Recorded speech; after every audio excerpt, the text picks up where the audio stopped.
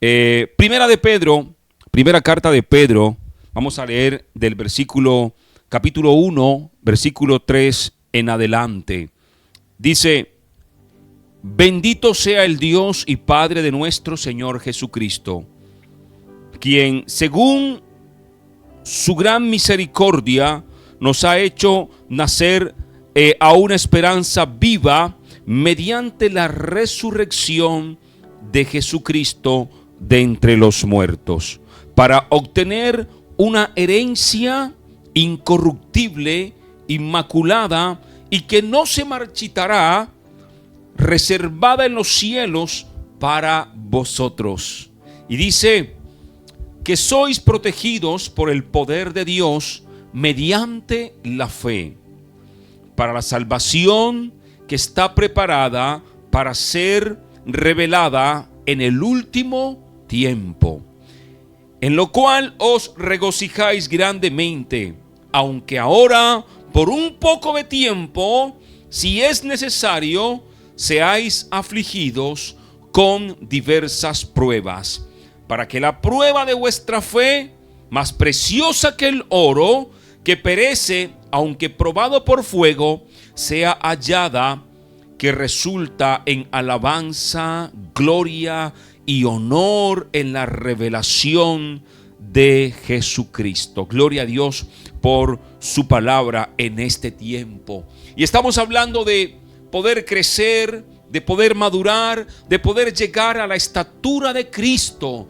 de ser un día como ese modelo terminado de Cristo. Pablo enseña que el que comenzó en nosotros la buena obra, la perfeccionará hasta el día de Cristo. El mismo Pablo también habla de que nos perfeccionemos en la santidad, de que cada día nos vayamos perfeccionando en respecto a la santidad. Y usted y yo tenemos que seguir ese paso, seguir ese modelo de perfeccionarnos en la santidad hasta el día en que Cristo venga, perfeccionándonos cada día en ese modelo. Lastimosamente, en este tiempo, el mensaje de santidad, el mensaje de tener una vida íntegra en Dios, lastimosamente ha sido quitado, ha sido borrado de muchos altares, de muchos templos, porque es un mensaje que no todos están dispuestos a soportar. La santidad en Dios es muy importante, porque la palabra enseña que sin santidad nadie, absolutamente nadie, verá al Señor. Y ahora en esta primera carta o primera epístola del apóstol San Pedro, donde dice: bendito sea el Dios y Padre de nuestro Señor Jesucristo, quien su gran misericordia nos ha hecho que nacer de nuevo. Y usted allí en su Biblia subraye esta parte: nacer de nuevo. ¿Qué significa en el término espiritual nacer de nuevo? Es una palabra que escuchamos mucho. Nacer de nuevo: si no nacieres del agua y del espíritu, no podrás entrar al reino de los cielos. Y hay que nacer de nuevo y nacer de nuevo. Pero ¿qué significa realmente nacer de nuevo? Nacer de nuevo significa morir a ese viejo hombre. Nacer de nuevo no es que te vas a ingresar al vientre de tu madre para volver a nacer. No, nacer de nuevo en el término espiritual, nacer de nuevo habla de morir a ese viejo hombre. ¿Y qué significa morir al viejo hombre? Significa morir a todo lo perverso del ser humano. Pablo lo menciona: los deseos de la carne, alcohol, borracheras, herejías, desórdenes sexuales, pasiones desordenadas, brujería, hechicería, mentira, ira, enojo. Todas esas cosas que son obras de la carne, tenemos que morir a esas pasiones desordenadas, morir a todo lo que es contrario a Dios. Cuando hay alguien que dice: yo nací de nuevo porque, aleluya, soy cristiano, pero su vocabulario es el de persona que habla palabras de doble sentido, una persona que tiene una mente siempre para pensar lo malo, es una persona que no ha nacido de nuevo. Por más que se congregue y ya tenga 40, 50 años en un ministerio, cantando coros en un templo, que vaya todos los días al templo y ore, pero si es una persona que no ha nacido absolutamente de nuevo, es una persona que no ha tenido la transformación de Cristo. Y aquí Pedro está diciendo que Dios nos ha hecho nacer de nuevo. Ese nacer de nuevo es dejar esa vida desordenada, esa vida de, como decimos acá en Colombia, de vagabundería. Para crecer en Dios, para crecer en el Señor, tenemos que trascender a nuestra vida espiritual. Eso habla de llegar a una madurez en Cristo. Habla de una persona que no tiene odio en su corazón, una persona que no tiene rencor en su corazón, una persona que de su interior no deja brotar raíces de amargura.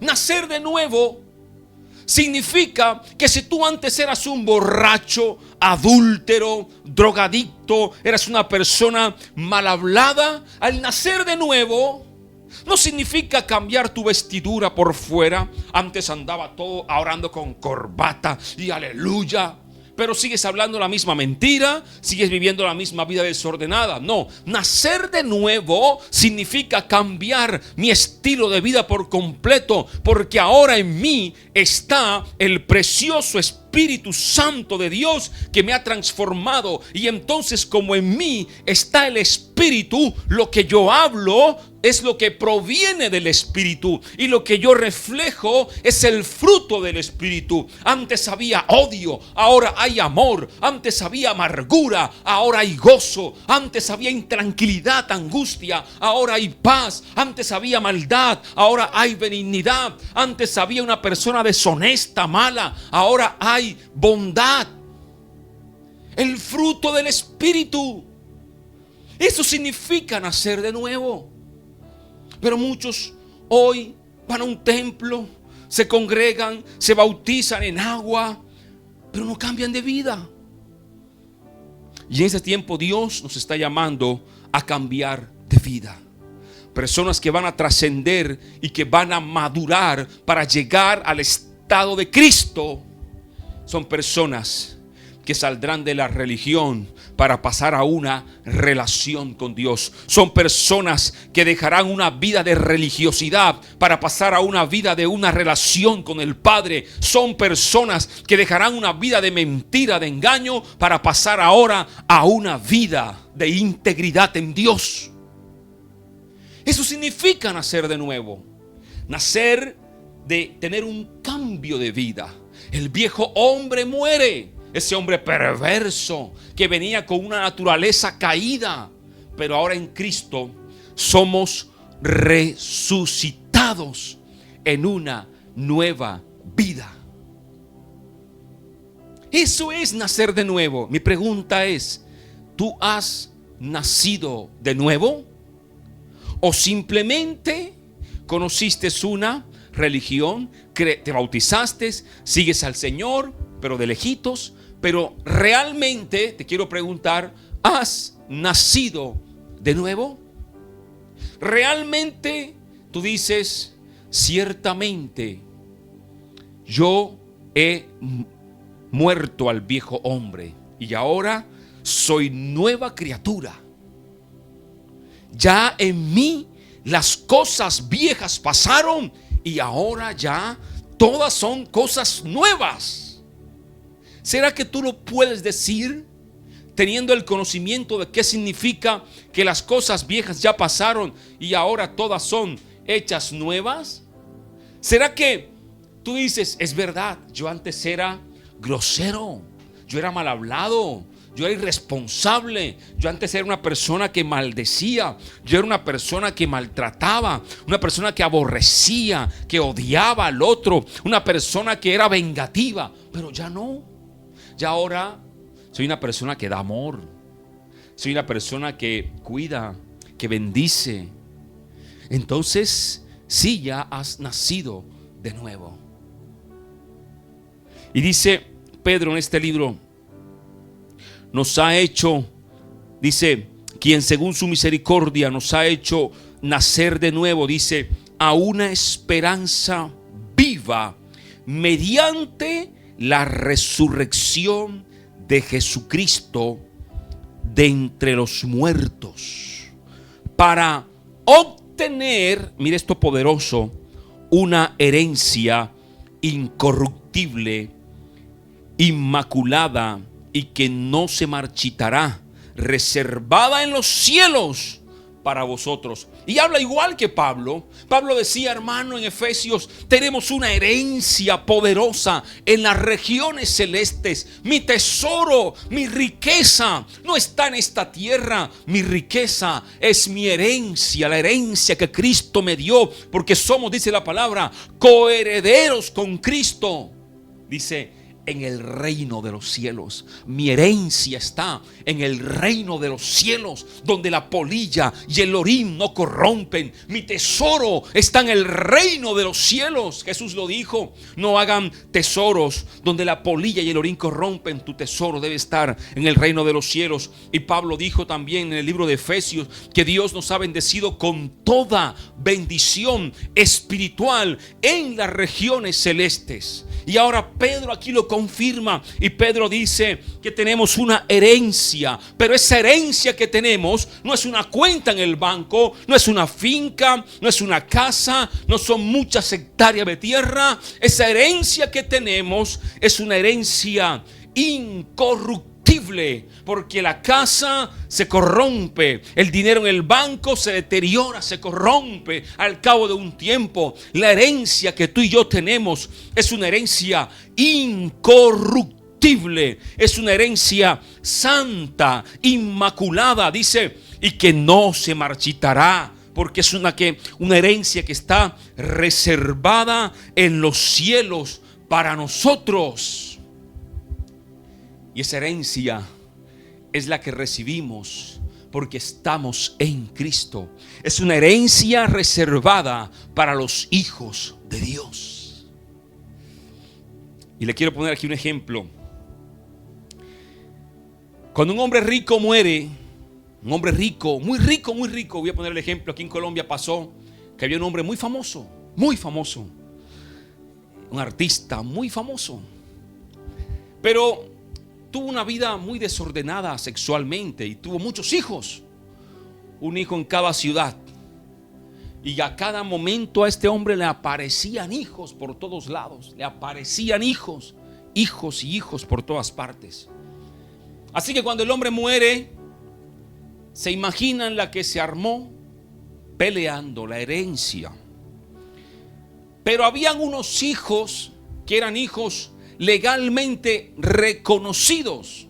Entonces, esos hijos legalmente reconocidos fueron los que disfrutaron de la herencia, porque luego de la muerte aparecieron otros hijos que no estaban legalmente reconocidos, y esos que no estaban legalmente reconocidos armaron la pelea, armaron el conflicto, pero finalmente, como no eran hijos reconocidos, no fueron hijos que oficialmente fueron legalmente, por así decirlo, reconocidos, entonces no pudieron disfrutar de la herencia, perdieron el caso. ¿A qué voy con esto? Que si tú eres un hijo de Dios, reconocido como hijo de Dios, tú harás parte de la herencia que tenemos en Cristo. Pero si simplemente eres uno de los que dice, yo soy hijo de Dios, pero realmente no eres un hijo de Dios, no tienes parte en la herencia de Cristo, que es el reino de los cielos. No es decir yo soy hijo, es que realmente seas un hijo. que seamos reconocidos legalmente por Dios. No es decir, yo soy hijo de Dios, pero tus acciones van muy lejos de lo que hacen los hijos de Dios. No es decir, es que yo tengo 50 años, aleluya, como hijo de Dios. No. Los hijos de Dios se conocen. Los hijos de Dios se conocen. Y miren, algo curioso, este artista se dice que reconocía a los hijos por ciertas facciones en el rostro, en la forma de caminar y en la forma de hablar. Esa era como la prueba de ADN inicial que le hacían a los hijos.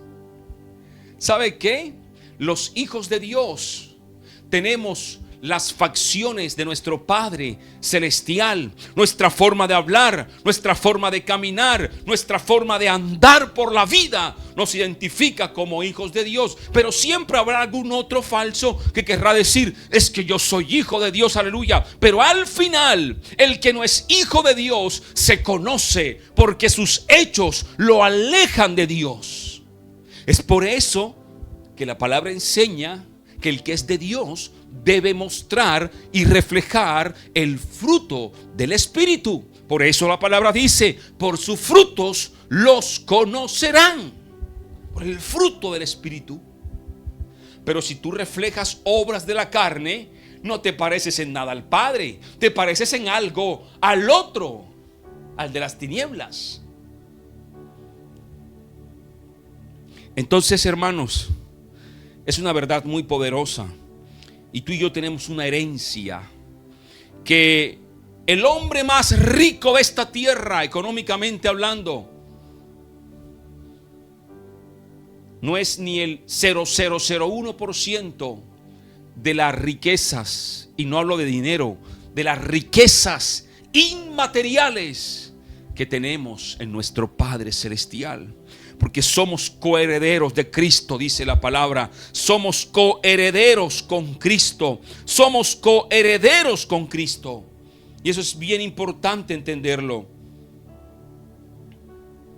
Tenemos que, tú y yo, cada día, tratar de perseverar, tratar de permanecer en Cristo, vivir en Cristo y reflejar realmente que somos hijos de Dios. Y los hijos de Dios, escúcheme, no son hijos que se estancan, no son hijos que no crecen, porque Dios es un papá que da un crecimiento, dice la palabra. Pablo dice, yo sembré, yo regué, dijo Pablo, pero el crecimiento lo da Cristo, el crecimiento lo da Dios, el Padre.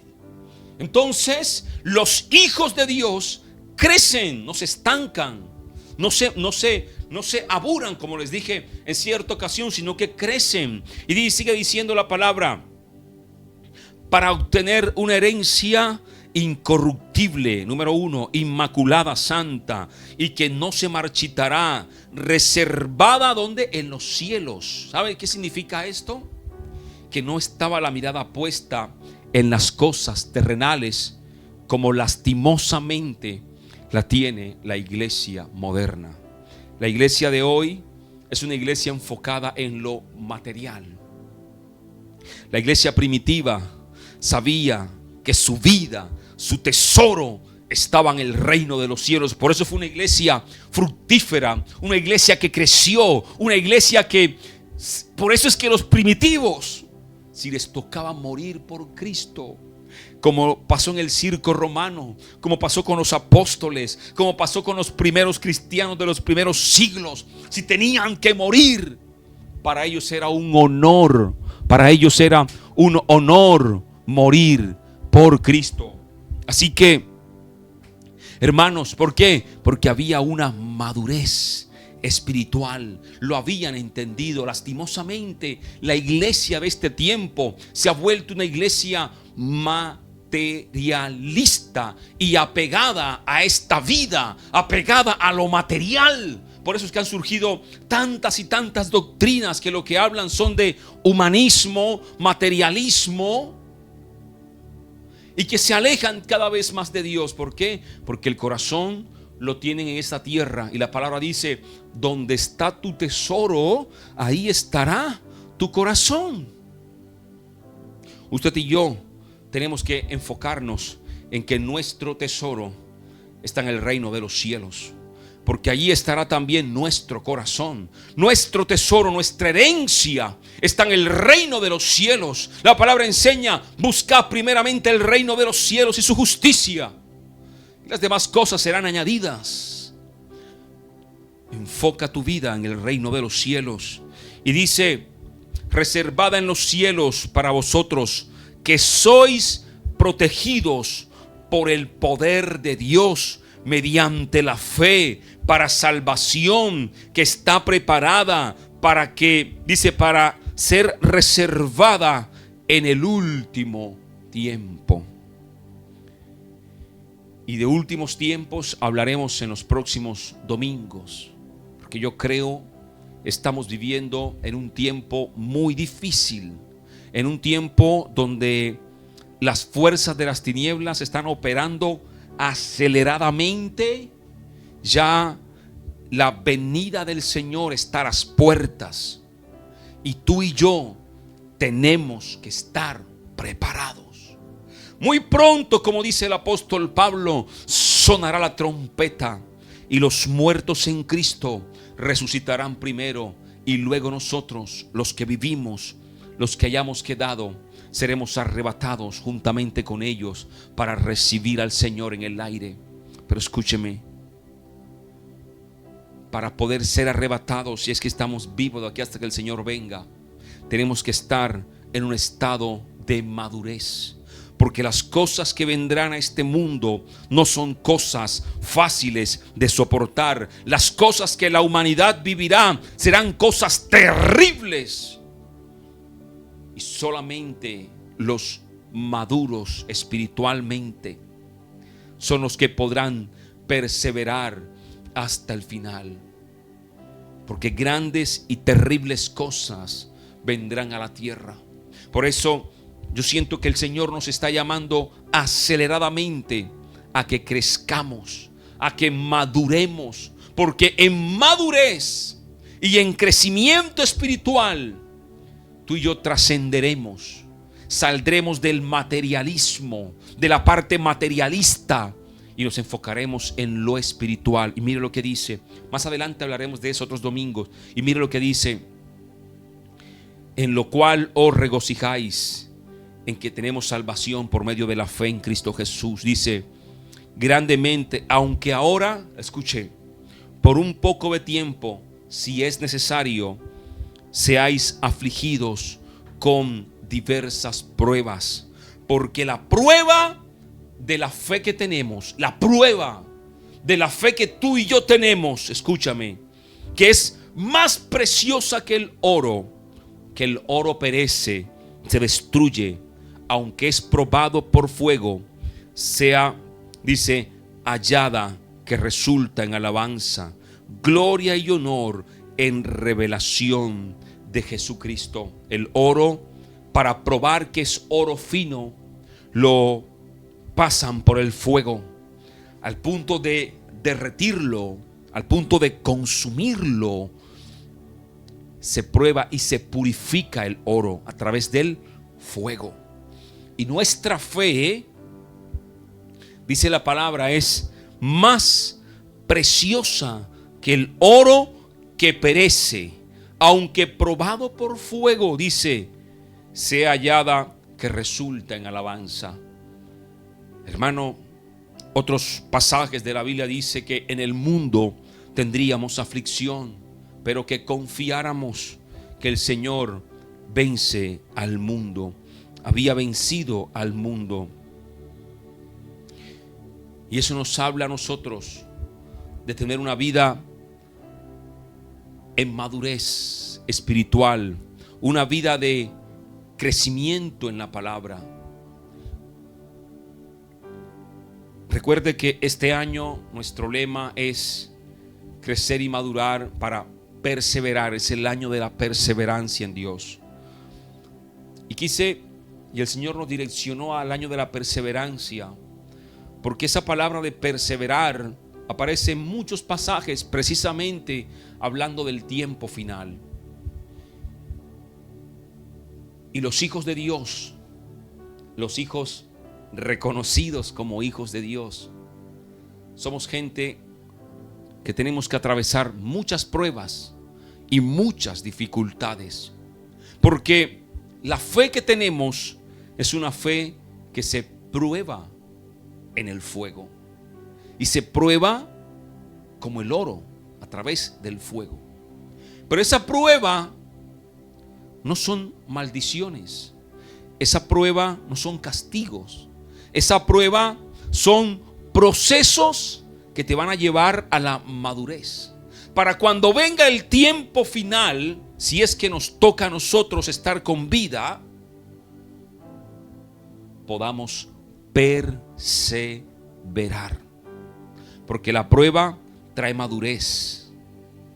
Alguien que enfrenta la muerte, que enfrenta el luto, alguien que enfrenta la pérdida económica, madura espiritualmente, madura como ser humano.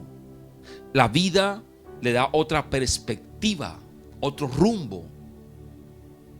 Alguien que es probado en diferentes pruebas, como dice aquí la palabra, es una persona que crece porque la prueba te ayuda a depender de Dios. La prueba te enseña a depender de Dios. La dificultad te enseña a que no es con tus fuerzas, sino con la ayuda de Dios. Quizá hoy tú confías en el dinero que tienes en el banco. Estás tranquilo porque tu vida económicamente está resuelta. Tienes salud, tienes bienestar. Y qué bendición, ¿cierto? Pero quizá mañana te toca enfrentar una crisis económica o un diagnóstico médico que diga, ¿sabe? Detectamos que tiene cáncer, detectamos que tiene una enfermedad terminal y allí ya no hay dinero que valga. Y entonces es cuando tenemos que nosotros reinventarnos en la fe y nuevamente aprender a confiar en Dios. Las pruebas no son maldiciones. Las pruebas te llevan a poner tu mirada en Dios y a confiar plenamente en Dios, a depender de Dios como en el tiempo antiguo dependieron los hombres de fe. A depender de Dios en medio de la nada, a depender de Dios en medio del desierto, en medio de la crisis, a depender de Dios incluso en medio de la muerte, a depender de Dios cuando te estás batallando entre la vida y la muerte por una enfermedad, a depender de Dios. Y a veces tenemos que enfrentar esas pruebas porque nos hemos desenfocado de Dios. Y tú y yo tenemos que aprender a vivir con Dios, aprender a amar a Dios, y tenemos que aprender que Dios está con nosotros en el momento de alegría, pero también en el momento de dolor, en el momento de gozo, pero también en el momento de tristeza. Que Dios está con nosotros en el medio de la riqueza, cuando tenemos todo el dinero en las cuentas bancarias, pero también cuando estamos que no tenemos ni para comer. Dios está con nosotros en todo tiempo y en todo momento. Pero escúcheme, alguien que crece y madura, estas circunstancias de la vida, sea riqueza o pobreza, sea salud o enfermedad, sea vida o muerte, sea alegría o dolor, estas circunstancias de la vida son de esta vida. Pero alguien que crece y madura, estas circunstancias no lo desalinean de la voluntad de Dios. Por el contrario, se mantiene más abrazado a su Padre. Porque sabe, su corazón no está en las circunstancias de hoy. Su corazón está en el tesoro que tenemos en el reino de los cielos. Por eso es que aquí la palabra lo dice claramente. Para obtener una herencia incorruptible, inmaculada y que no se marchita, reservada en los cielos para vosotros que sois protegidos por el poder de Dios mediante la fe, para la salvación que está preparada para ser reservada en el último tiempo. Y dice: en lo cual regocijáis grandemente, aunque ahora por un poco de tiempo, si es necesario, seáis afligidos. No dice con una prueba, con dos pruebas, dice con diversas pruebas. Porque la prueba de mi fe, de vuestra fe, porque lo que prueba mi fe, lo que pone a prueba la fe, dice que es más preciosa que el oro que perece, aunque probado por fuego, sea hallada que resulta en alabanza.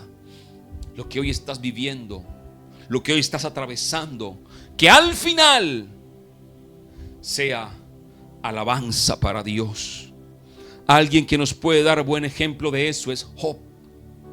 Siempre pongo como ejemplo a Job, un hombre que perdió absolutamente todo. Tenía abundancia y luego escasez, tenía vida y luego muerte.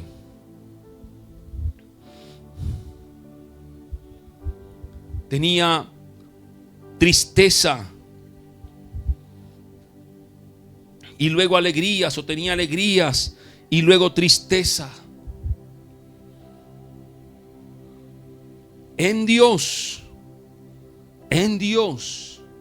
tenemos victoria. Por eso siempre pongo como ejemplo a Job.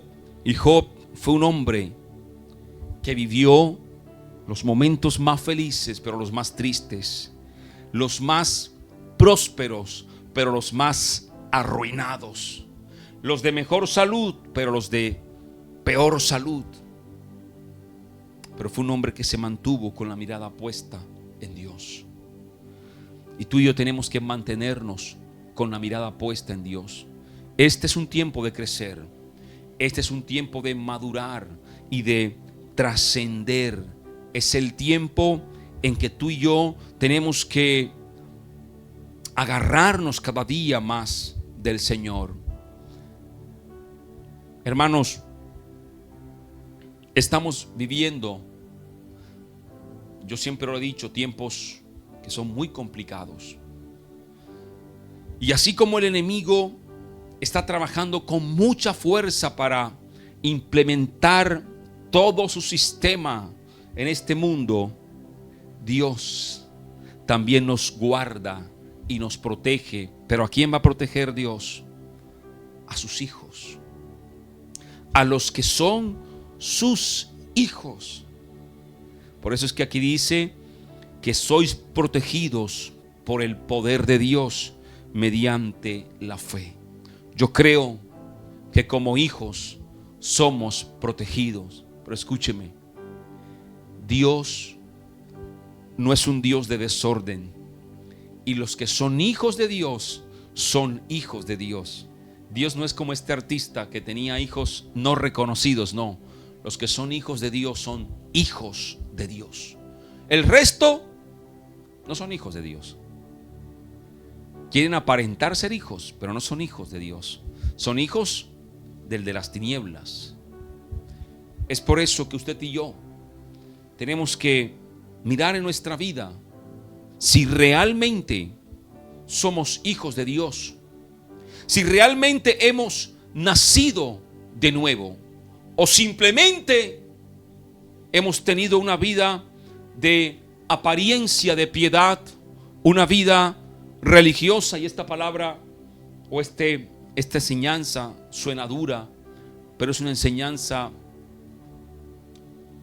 para crecer y para madurar.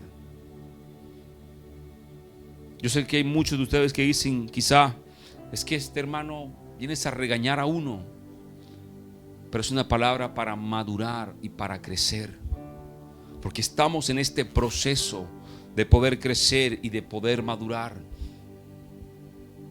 Y como Pablo, lo vimos en el devocional, Pablo le escribió a la iglesia de Corinto o de Éfeso diciéndoles: yo les escribo no para quedar bien con ustedes, porque si trato de quedar bien con ustedes, ya no sería siervo de Jesucristo, sino de ustedes. Entonces, al igual que Pablo, yo les digo, no trato de quedar bien con ustedes, porque si yo trato aquí de venir a contentar su oído, de alegrar su oído, y de que usted esté en su casa aplaudiendo y se emociona, aleluya, ya yo dejaría de ser siervo del Señor para convertirme en siervo de ustedes.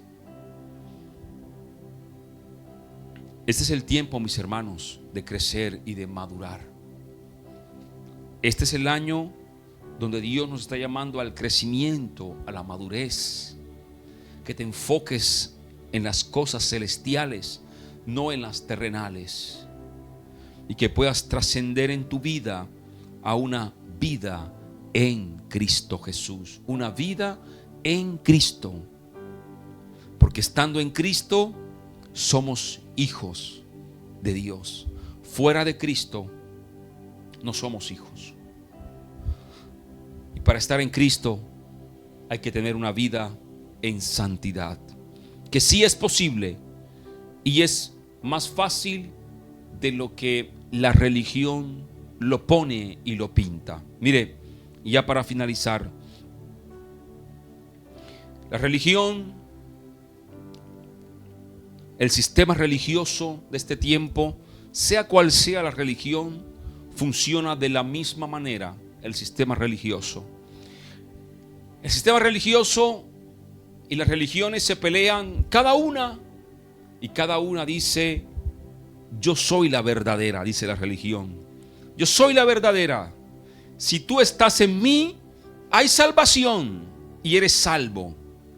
Pero lo dice una y la otra y la otra y la otra. Entonces dice: pero si tú estás en aquella religión, no eres salvo, porque tienes que estar acá. Pero entonces dice: ¿qué hace esa religión? La religión te pone a ti a depender de ella para ser salvo. Entonces es como una luz difuminada. Es una luz, lo expliqué en un día. La religión funciona como un velo entre la luz de Cristo y la humanidad, que nos impide ver con claridad al Padre e ir al Padre.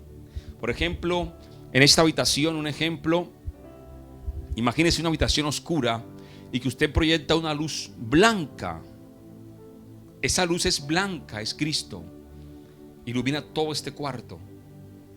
Pero luego vengo y yo pongo un papel azul sobre esa luz, el cuarto queda todo azul. Y usted dice: este cuarto es azul, la luz es azul. Pero no, la luz es blanca, solo que el papel cambia la luz, cambia el papel, cambia la proyección de la luz. Eso hace la religión. La religión cambia la proyección de Cristo, de Dios. Y cada religión se cree verdadera y te hace a ti depender de ella. Pero peor aún, entonces, como siempre ha funcionado desde el tiempo antiguo, entonces viene y la palabra de Dios la pone casi que por imposible de cumplir. Entonces te carga y te sobrecarga de cosas que no están en la palabra, y tú dices: es que es imposible vivir en santidad. No, es posible si tú vas a la palabra y encuentras cómo es vivir en santidad. Llénate de Dios. Llénate de Dios más que de una religión. Esto fue un punto y aparte que les quise hacer, porque el negocio de la religión hoy funciona en tenerte a ti esclavizado a una religión, y que si tú no estás con ellos, entonces estás perdido, vas para el infierno. Pero no es lo peor es que aún estando con ellos te dicen: tienes que es hacer esto y esto para poder alcanzar la salvación. Y lo único que Dios nos pide es que tengamos una vida en integridad en Cristo, porque estando dentro de Cristo, siendo miembro del cuerpo de Cristo, significa estar en santidad. Y si usted mira qué es la santidad, es vivir bajo la obediencia de los mandamientos de Dios. Y lea los mandamientos de Dios y se dará cuenta que es muy sencillo vivir una vida en santidad, agradando al Padre. Que Dios nos ayude, hermanos, a que podamos cada día agradar a Dios y que podamos crecer y que podamos madurar genuinamente en Dios.